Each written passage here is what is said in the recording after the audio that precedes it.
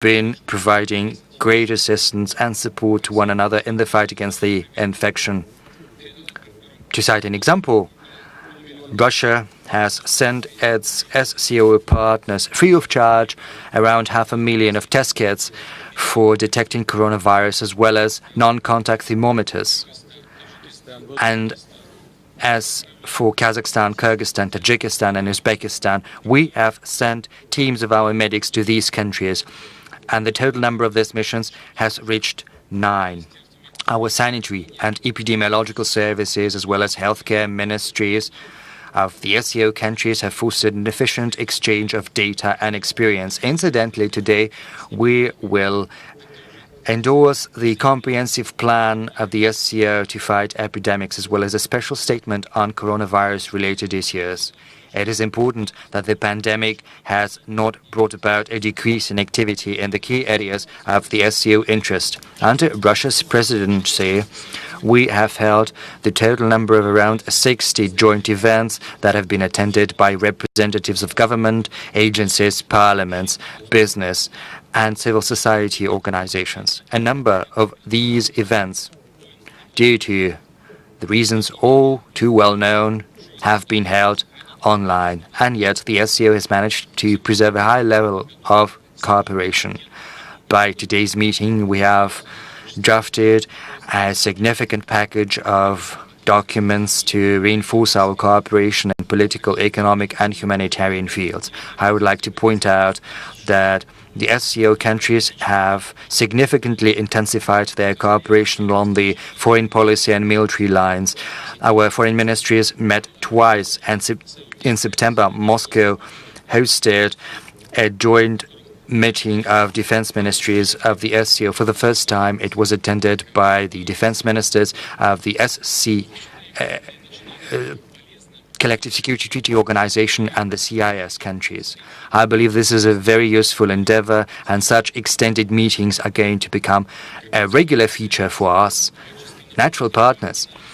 And I believe this will help us bring to new quality the coordination of our security-related agencies. It will allow us to monitor the situation in the field of security and defense in Greater Eurasian space. Under Russia's chairmanship, we continued with the practice of joint military exercises with the participation of military and special units of SCO countries and our partners, in particular from observer nations.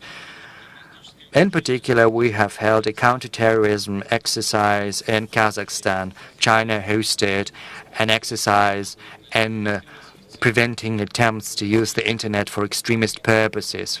Russia hosted the first stage of a border operation entitled Solidarity. Apart from that, Russia and Kazakhstan have organized 2 international anti-drugs operations entitled WEB. And of course, I cannot help but mention that this whole year has been marked by celebrations of the 75th anniversary since the end of the Second World War. All the SCO member countries have paid special attention to holding commemorative events to mark this occasion. It is symbolic that the Russian armed forces were joined by military units from the SCO countries during the victory parade in Red Square in Moscow. And today, after this meeting, we are going to adopt a statement which states that we deeply respect the memory of the Great War.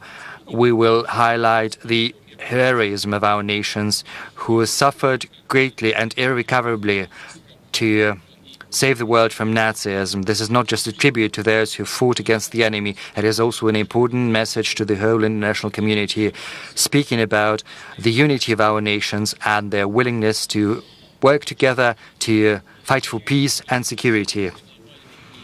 Colleagues, it is evident to everyone the situation in the global security and regional security is very complex because terrorism, international terrorism and drug trafficking still pose a significant threat.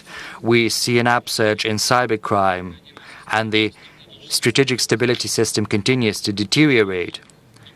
Regrettably, regional conflicts. Fierce regional conflicts are still persistent. Apart from that, we see new sources of tensions emerging, in particular in the external borders of the SCO and in adjacent regions. That is why one of the SCO key areas is facilitating a peaceful political and diplomatic settlement of crises, as well as neutralizing the threats emanating from hotspots. We are still particularly concerned about the state of affairs in Afghanistan. The SCO is doing a lot to help our Afghan friends to achieve national reconciliation, to build lasting, durable peace.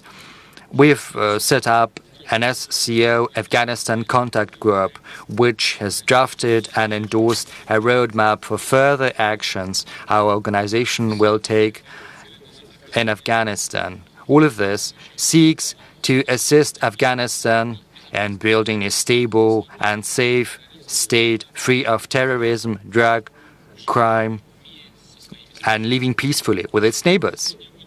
Over the recent years, with the SCO support, Russia has organized a whole series of meetings attended by all Afghan political forces without exception. We intend to further comprehensively facilitate national reconciliation in Afghanistan and to use the opportunities presented by the Moscow framework of consultation that also includes Afghanistan's neighbors, some of them our SCO members, and of course the US is also there.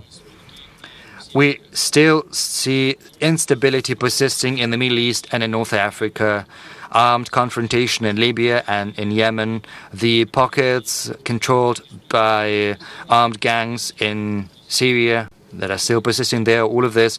These are sources of terrorist threat, drugs and arms. And of course there is another issue that merits particular attention, that is the transfer of fighters outside this region. This only exacerbates conflicts even further. Incidentally, what is happening in Karabakh right now is a very big tragedy. And it gives me pleasure that I see the contours of a compromise as well as the agreement achieved to put an end to the bloodshed. I am hopeful that the all measures that we have undertaken recently will help secure lasting peace for the good of the people.